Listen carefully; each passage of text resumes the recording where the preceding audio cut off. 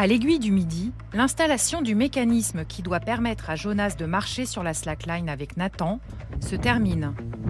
Les équipes techniques qui travaillent avec le funambule et 2 guides de haute montagne sont à l'œuvre depuis la veille.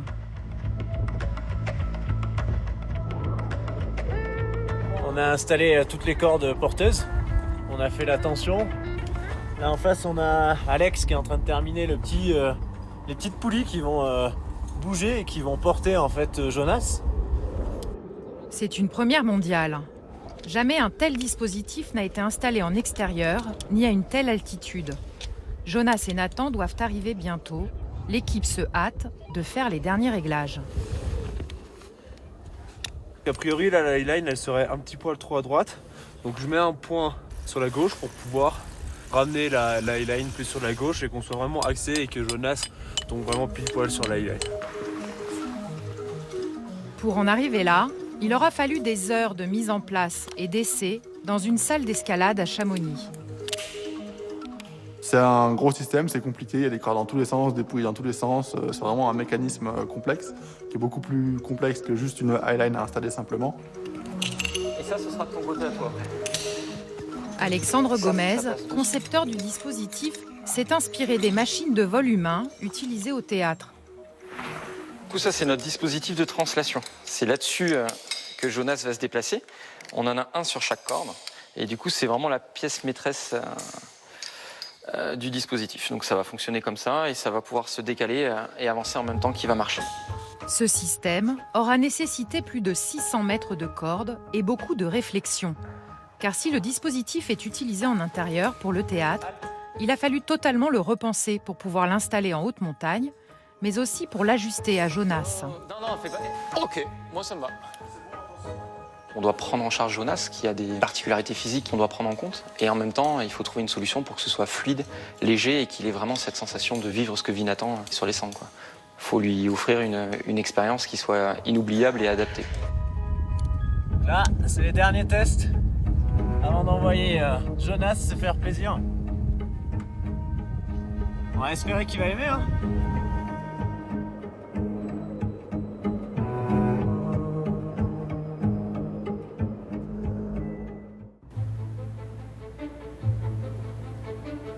Jonas et Nathan sont maintenant dans la télécabine en direction de l'aiguille du Midi, la plus haute des aiguilles de Chamonix. Une ascension de 20 minutes à couper le souffle, frôlant des parois vertigineuses qui donnent déjà le frisson. On est vraiment dans la verticalité. Première surprise en arrivant, il fait froid malgré un soleil radieux.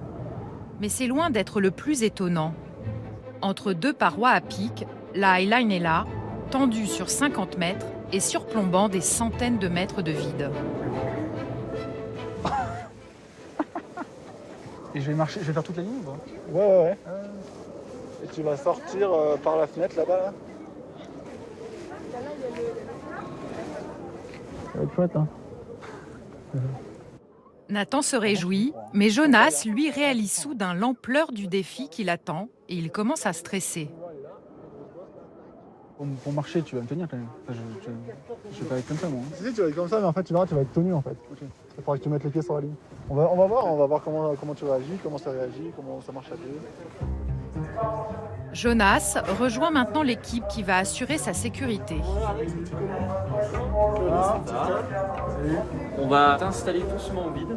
On va te retenir de l'intérieur, donc tu vas pas partir mal. Et progressivement, tu vas en fait te retrouver suspendu comme en vol. Ouf. Tu vois, ça va faire. Ouais, tu prends par là. Ça va être ça la sensation. Ça va ? J'ai peur de partir en avant en fait. Alors, t'as les câbles. Tu vas t'en servir en fait pour tenir droit. Ouais, ils vont te coller ici et après tu peux les tenir. Faut pas passer en avant. Ok. Tu peux pas te retourner. Ok. Parfait. Une petite bière. J'en ai pas. Parfait, nickel. Hop. Peut-être. Nathan se lance le premier à l'assaut du vide pour tester la highline. Sous les yeux de Jonas, de plus en plus angoissé. Tiens, attends, toi tu peux descendre sur celle-là. Ah, ça caille là, ouais. On est en plein mois de juillet, mais ça pèle un peu. Bon, ça va, on a la chance avec le temps. On va essayer cette ligne qui est tendue comme je sais pas quoi. Comme chaque fois, avant de monter sur la slackline, Nathan se met pieds nus. Une condition indispensable pour mieux épouser et sentir la sangle qui fait moins de 3 cm de largeur. Eh, c'est un câble. Hein. Bon, je vais essayer. Hein.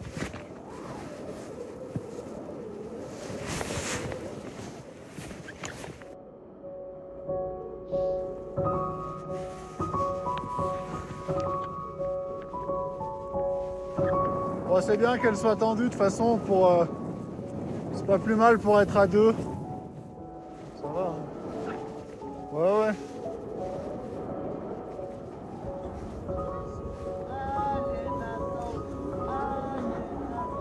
Moi, quand je marche sur une highline, j'ai tout un tas de sensations différentes en fonction du lieu. Là, à l'aiguille du midi, c'est très haut, c'est hyper vertical. Et plus l'endroit il est un peu puissant, plus il dégage des choses, plus j'ai des sensations qui sont fortes. Super chouette. La grande différence aujourd'hui, c'est qu'au lieu d'être un truc que je vis d'habitude un peu seul, assez personnel, là, ça va être quelque chose d'un peu de partagé. Et ouais, moi, ça me plaît de faire ça. C'est une première en plus. Moi, j'aime bien faire des choses qui n'ont jamais été faites. Là, ça n'a jamais été fait. Attention. C'est beau, hein. Tu t'assois là et après tu vas te sentir partout. C'est maintenant au tour de Jonas de braver le vide. Au bord du précipice, la tension est à son comble.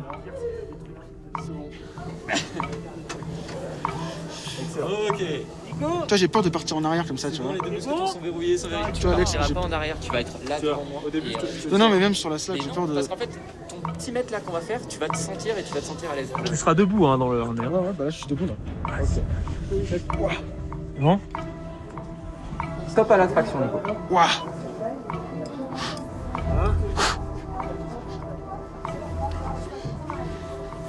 Putain, j'en souviendra de ça. Hein.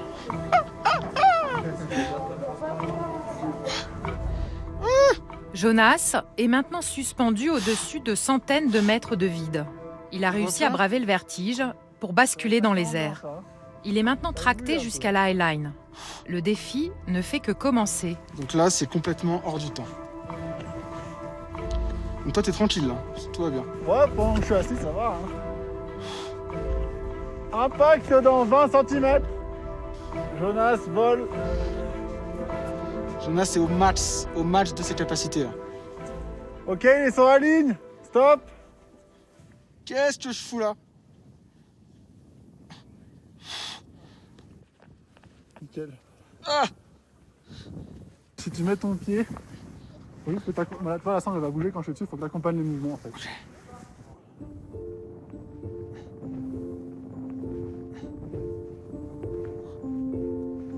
Allez, va lâcher tes mains. Ouah! Nickel! Ah, j'arrive pas. Je me stabilise. J'ai beaucoup de défis dans ma vie, mais les défis physiques, malheureusement, j'en ai de moins en moins, voire pas du tout, par rapport à avant. Et c'est vrai que monter sur une highline en montagne, je pense qu'en termes de défis physiques, on peut difficilement faire mieux.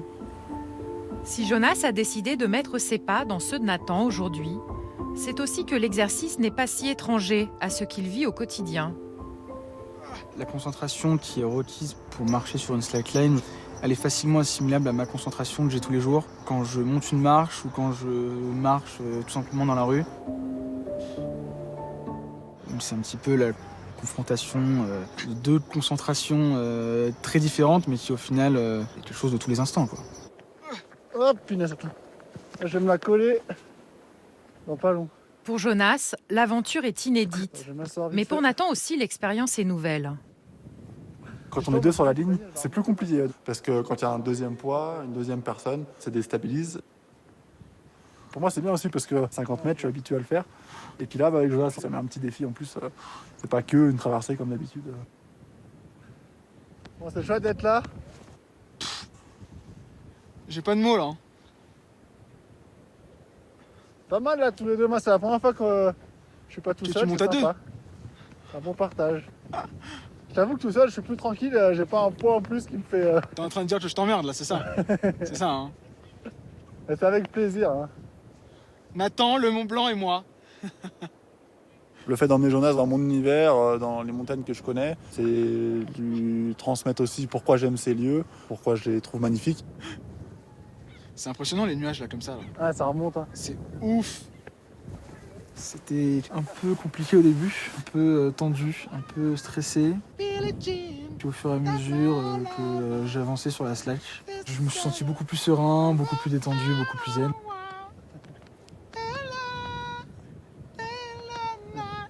Yes. Dès que je mettais un pied devant l'autre sur la slack, j'avais l'impression d'être super fort, quoi. Et ça, c'est une sensation qui est unique et que j'ai plus ressentie depuis de nombreuses années, malheureusement.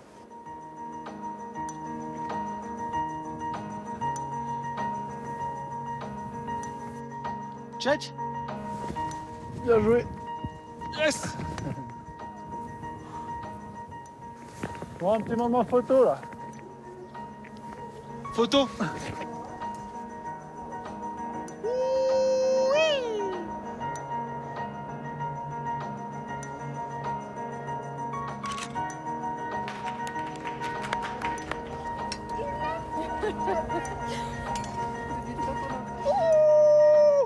Depuis le début, je savais qu'il allait aller au bout et qu'il allait donner le meilleur, comme d'habitude. Il a été exceptionnel. Il s'est dépassé, vraiment. Ça m'étonne pas. Il est très fort. J'étais anxieuse, mais voilà, j'ai vu que l'équipe avait tout assuré. Je suis contente qu'il ait fait ça. Je suis désolée, je suis un peu émue.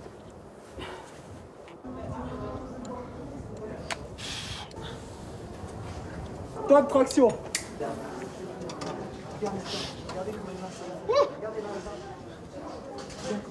À l'intérieur. Hop, sur le plancher des vaches.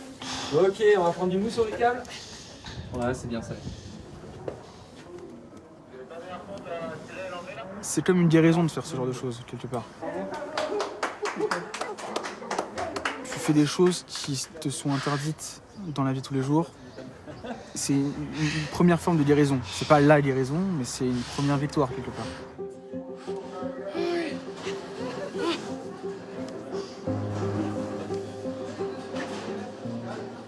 J'étais au milieu, je sais même pas comment je m'appelais. Quand le nuage. T'as vu quand juste au moment où tu descends. Ah, j'ai pas vu le nuage. Ah oui, non, quand je suis arrivé, il y avait un nuage, je voyais rien. Ah là là, c'est une fois dans ta vie, ça, c'est tout. Je refais pas ça, mais ça, tu sais, c'est un fin fou. C'est un malade. C'est un grand malade, non mais attends. C'était au-delà de ce que j'imaginais. Merci. Merci.